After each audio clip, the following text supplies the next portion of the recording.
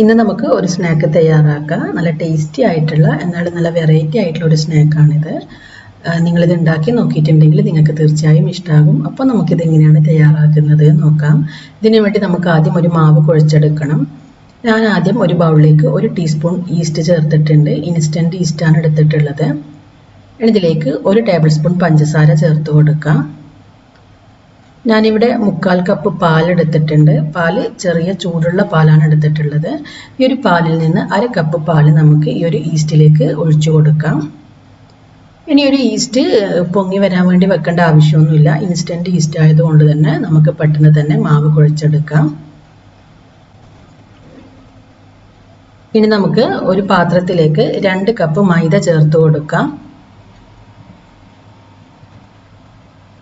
ഇനി ഇതിലേക്ക് ചേർക്കേണ്ടത് നെയ്യാണ്. ഞാനിവിടെ 1 ടേബിൾ സ്പൂൺ നെയ്യ് എടുത്തിട്ടുണ്ട്. ഈ ഒരു നെയ്ക്ക് പകരം ഓയിൽ ചേർത്താലും മതി. ആവശ്യത്തിന് ഉപ്പ് ചേർത്ത് കൊടുക്കാം. ഈ ഒരു ഉപ്പും നെയ്യും ചേർത്ത് മൈദ കൈകൊണ്ട് നന്നായിട്ടൊന്ന് കുഴച്ചെടുക്കാം. ഇങ്ങനെ കുഴച്ചതിന് ശേഷം വേണം നമ്മൾ നേരത്തെ മിക്സ് ചെയ്ത് വെച്ച ഈസ്റ്റിൻ്റെ മിക്സ് ഇതിലേക്ക് ഒഴിച്ചു കൊടുക്കാൻ വേണ്ടിയിട്ട്. അപ്പം ഞാനിവിടെ മൈദ കൈകൊണ്ട് നന്നായിട്ട് നെയ്യിൽ കുഴച്ചെടുത്തിട്ടുണ്ട്. ഇനി നമുക്ക് ഈസ്റ്റ് മിക്സ് ചെയ്ത് വെച്ച പാൽ ഇതിലേക്ക് ഒഴിച്ചു കൊടുക്കാം. ആദ്യം ഈസ്റ്റ് മിക്സ് ചെയ്ത് വെച്ച പാൽ ഒഴിച്ചു കൊടുക്കുക. എന്നിട്ട് ബാക്കിയുള്ള പാൽ കൂടി ഒഴിച്ചു കൊടുക്കുക. ബാക്കിയുള്ള പാൽ ഒഴിക്കുന്ന സമയത്ത് നോക്കിയിട്ട് ഒഴിച്ചാൽ മതി. ആവശ്യത്തിന് മാത്രം പാൽ ഒഴിച്ചിട്ട് കുഴച്ചെടുക്കാം. അഥവാ കുറച്ച് ലൂസായി പോയിട്ടുണ്ടെങ്കിൽ നിങ്ങൾ വീണ്ടും കുറച്ചുകൂടി മൈദ ചേർത്തിട്ട് കുഴച്ചെടുത്താൽ മതി. അപ്പം ഞാനിവിടെ 1/4 കപ്പ് പാല് ചേർത്തിട്ടാണ് ഈ ഒരു മൈദ കുഴച്ചെടുത്തിട്ടുള്ളത്. അപ്പം ഞാനിവിടെ മൈദ നന്നായി കുഴച്ചെടുത്തിട്ടുണ്ട്. ഇനി നമുക്ക് ഇതിൻ്റെ മുകളിലേക്ക് 1 ടേബിൾ സ്പൂൺ ഓയിൽ ഒഴിച്ചു കൊടുക്കാം. അതിനുശേഷം 1 മണിക്കൂർ നമുക്ക് റെസ്റ്റ് ചെയ്യാൻ വെക്കാം. നന്നായി അടച്ചിട്ട് വേണം നമ്മൾ റെസ്റ്റ് ചെയ്യാൻ വെക്കാൻ വേണ്ടിയിട്ട്. 1 മണിക്കൂർ കൊണ്ട് ഇത് നന്നായിട്ട് പൊങ്ങി വരും. ഇത് പൊങ്ങി വരുമ്പോഴത്തേക്കും നമുക്ക് ഇതിന് വേണ്ടിയിട്ടുള്ള ഒരു ഫില്ലിങ് തയ്യാറാക്കാം. ആദ്യം ഒരു പാൻ വെച്ച് പാൻ ഒന്ന് ചൂടായി വരുന്ന സമയത്ത് ഇതിലേക്ക് കുറച്ച് ഓയിൽ ഒഴിച്ചു കൊടുക്കാം. ഇപ്പോൾ എണ്ണ നന്നായി ചൂടായി വന്നിട്ടുണ്ട്. ഇനി നമുക്കിതിലേക്ക് സവാള ചേർത്ത് കൊടുക്കാം. ഞാനിവിടെ 2 സവാള ചെറുതായി അരിഞ്ഞെടുത്തിട്ടുണ്ട്. ഈ ഒരു സവാള നമുക്ക് പാനിലേക്ക് ഇട്ട് കൊടുക്കാം. ഈ ഒരു സവാള ഇട്ടതിന് ശേഷം ചെറുതായി ഒന്ന് വഴറ്റിയെടുക്കാം. ഇനി ഇതിലേക്ക് ചേർക്കേണ്ടത് പച്ചമുളകാണ്. ഞാനിവിടെ 3 പച്ചമുളക് ചെറുതായി അരിഞ്ഞെടുത്തിട്ടുണ്ട്. ഈ ഒരു പച്ചമുളക് ഇതിലേക്ക് ചേർത്ത് കൊടുക്കാം.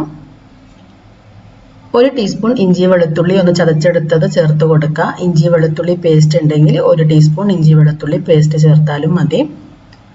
കുറച്ച് കറിവേപ്പില കൂടി ചേർത്ത് കൊടുക്കാം. ഇത്രയും ചേർത്തൊന്ന് വഴറ്റിയെടുക്കുക. നമ്മൾ സാധാരണ മസാല തയ്യാറാക്കുന്നത് പോലെ ഈ ഒരു സവാള ഒരുപാട് അങ്ങ് സോഫ്റ്റായി വരേണ്ട ആവശ്യമില്ല. ചെറുതായി ഒന്ന് വഴറ്റിയെടുത്താൽ മതി. ഇനി നമുക്കിതിലേക്ക് ആവശ്യത്തിന് ഉപ്പ് ചേർത്ത് കൊടുക്കാം.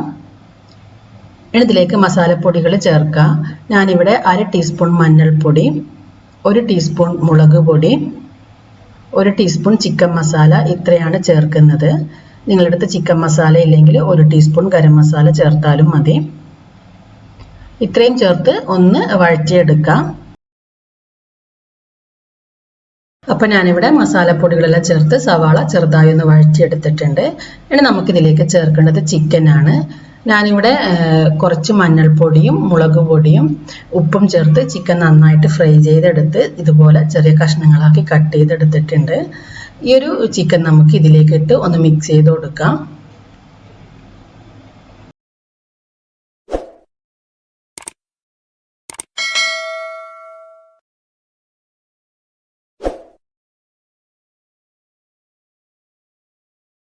അപ്പോൾ ചിക്കൻ ഇതിലേക്ക് ഇട്ട് നന്നായിട്ടൊന്ന് മിക്സ് ചെയ്തതിന് ശേഷം നമുക്കിതിലേക്ക് 1 ടേബിൾ സ്പൂൺ ടൊമാറ്റോ കെച്ചപ്പ് ചേർത്ത് കൊടുക്കാം.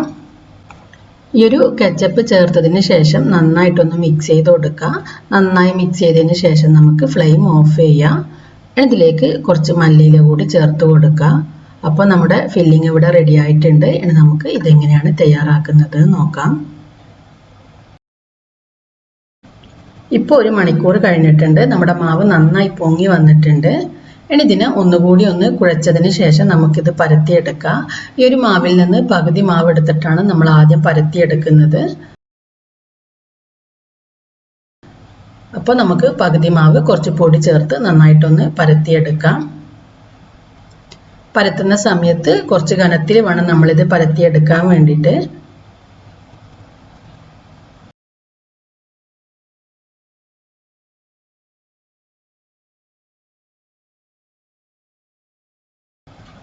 അപ്പോൾ ഞാനിവിടെ മാവ് നന്നായിട്ട് പരത്തി എടുത്തിട്ടുണ്ട്. ഇനി നമുക്ക് ഇതുപോലെ എന്തെങ്കിലും അടപ്പ് വെച്ച് ഇതിനെ കട്ട് ചെയ്തെടുക്കാം. നിങ്ങൾക്ക് ഇഷ്ടമുള്ള വലുപ്പത്തിൽ ഇത് കട്ട് ചെയ്തെടുക്കാം. ഞാൻ കുറച്ച് ചെറുതായിട്ടാണ് ഇത് കട്ട് ചെയ്തെടുക്കുന്നത്.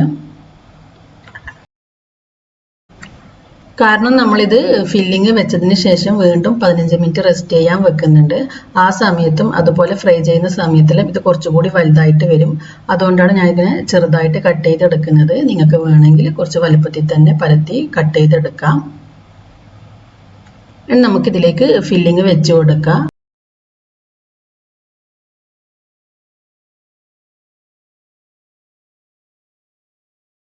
അപ്പോൾ ഫില്ലിങ് വെച്ചതിന് ശേഷം ഞാൻ ഇതിലേക്ക് കുറച്ച് ചീസ് ചേർക്കുന്നുണ്ട്, മൊസറല്ല ചീസ്. നിങ്ങൾക്ക് ഇത് വേണമെങ്കിൽ ഒഴിവാക്കാം. ഈ ഒരു ചീസ് ചേർത്തതിന് ശേഷം ഈ രണ്ട് സൈഡും ഇതുപോലെ ഒട്ടിച്ച് മടക്കിയെടുക്കാം. ഇങ്ങനെ മടക്കിയതിന് ശേഷം നമുക്ക് കൈകൊണ്ട് ചെറുതായി ഒന്ന് ചുരുട്ടി അമർത്തി കൊടുക്കാം.